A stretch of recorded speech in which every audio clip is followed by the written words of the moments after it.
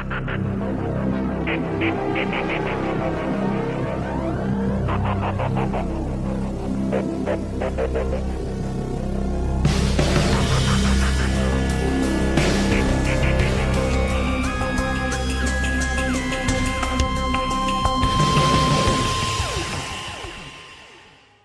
ada yang menyangka Bu Guru Agama di sebuah SMP di Grobogan telah berbuat mesum dengan siswanya. Murid laki-laki yang masih duduk di kelas 8 SMP itu telah berulang kali berhubungan badan dengan gurunya. Siti, Bu Guru yang berusia 35 tahun itu, merayu siswa yang masih berusia 14 tahun itu untuk melayani birahinya. Sebut saja siswa itu namanya Yosef. Tentu saja dengan iming-iming barang-barang yang disukai Yosef dan ancaman akan memberikan nilai jelek jika menolak. Sebenarnya perbuatan mesum mereka sudah pernah dibongkar warga ketika mereka sedang lalu digerebek warga. Mereka pun berjanji untuk tidak mengulangi. Sayang, janji tinggallah janji. Siti masih terus mengulangi perbuatannya kurang lebih selama 2 tahun, hingga akhirnya semuanya terbongkar secara tidak sengaja, yakni akibat insiden Yosef dianiaya oleh ayah Siti. Bagaimana bisa penganiayaan itu pada akhirnya membongkar skandal mesum Siti dengan Yosef?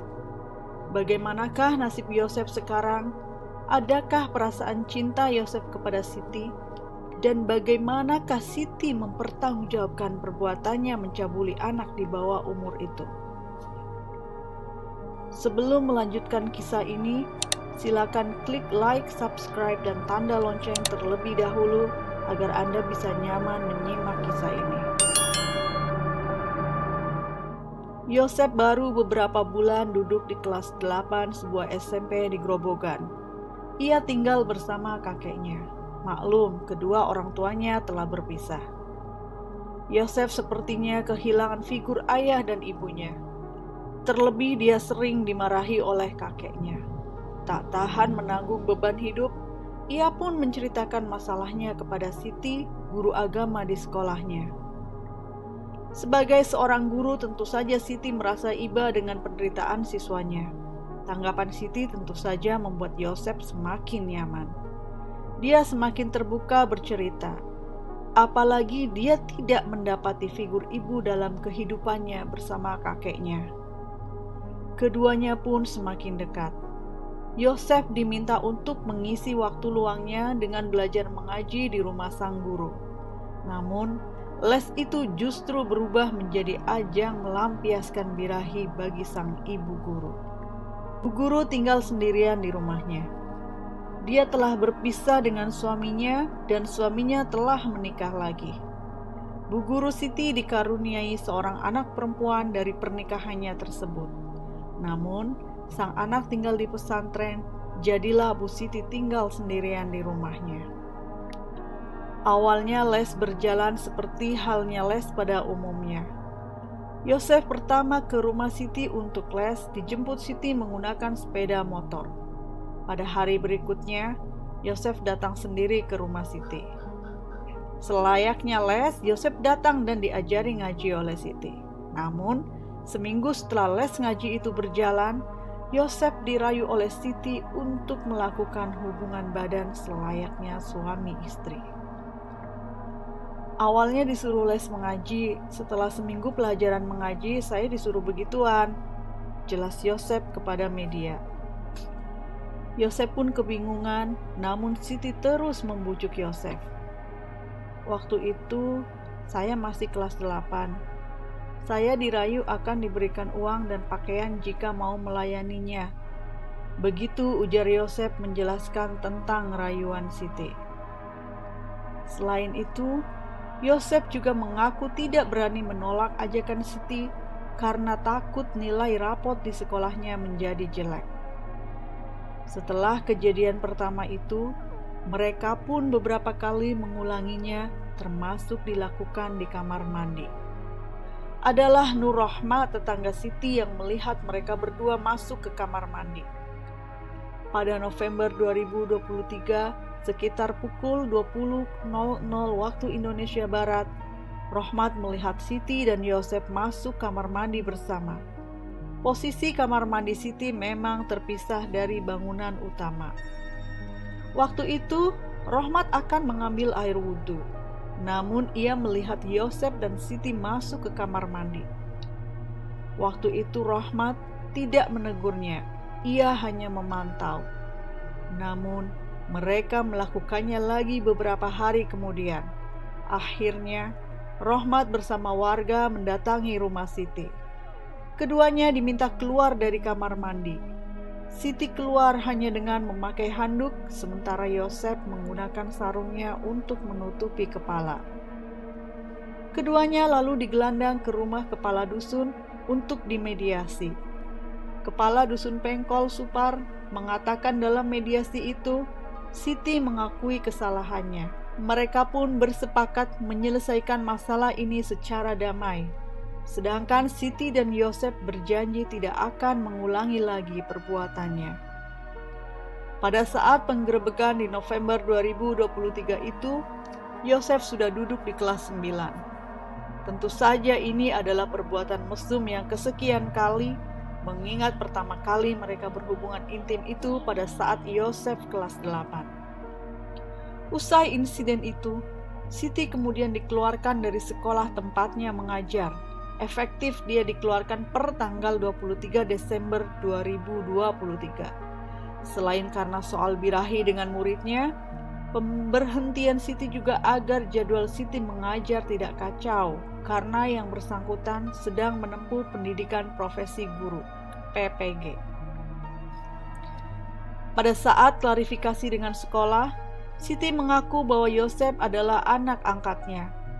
Meski Siti dikeluarkan sebagai tenaga pengajar, Yosef tetap dipersilakan sekolah di SMP tersebut hingga lulus. Dengan pertimbangan, Yosef yang masih di bawah umur dan masa depan Yosef. Usai insiden itu, Yosef kemudian tinggal di tempat kos yang tak jauh dari rumah Siti. Ia kos dengan biaya dari Siti. Tentu saja dengan tujuan agar mereka tetap dapat berhubungan intim. Kakek Yosef, yang inisial N 56 tahun, menceritakan bahwa setelah insiden itu, dirinya merasa putus asa mencari cucunya selama 5 bulan tidak ketemu. Namun sekitar April 2024, sang kakek mendapat informasi bahwa Yosef dibawa Siti dikoskan di kawasan Gubuk, Grobogan. Setelah tahu Yosef bersama Siti, sang kakek mengaku pasrah, yang penting cucunya sehat.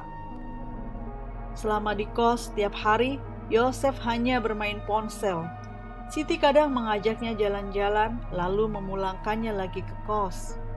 Pada September 2024, Yosef sempat keluar kos dan menuju rumah kakek neneknya yang lain. Namun, Siti mengetahuinya dan menjemputnya. Masih di September 2024, setelah Siti menjemput kembali Yosef, Siti pergi menengok anaknya yang berada di pesantren. Sebelumnya ia memberitahu ayahnya yang rumahnya berdekatan dengan Siti bahwa ia akan menengok anaknya di pondok. Di benak ayahnya, tentu saja rumah Siti dalam keadaan kosong atau tidak ada orang karena Siti sedang menengok anaknya. Namun kala dia sedang membersihkan rumah bagian belakang, mendengar ada suara batuk dari dalam rumah Siti. Tentu saja sang ayah heran. Kok bisa ada suara orang terbatuk dari dalam rumah? Dia berpikir ada maling yang memasuki rumah anaknya, pintu pun didobrak. Yosef yang ada di dalam bersembunyi di bawah kursi, namun rambutnya ditarik, lalu beberapa pukulan mendarat di tubuh Yosef. Yosef yang dikira maling itu ternyata sudah menginap di rumah Siti selama 3 hari. Polisi awalnya mengusut kasus itu dengan sangkaan penganiayaan. Sudah 6 saksi yang diperiksa terkait penganiayaan yang dialami Yosef. Pada saat Yosef diamankan polisi, kondisinya seperti orang linglung. Polisi kemudian menghubungi keluarga Yosef dan diputuskan untuk pemulihan mental Yosef. Ia menjalani terapi di sebuah pesantren. Awal masuk pesantren, Yosef banyak diam. Baru saja 1 pekan Yosef menjalani terapi di pesantren, Siti menghubunginya melalui ponsel dan mereka pun bertemu.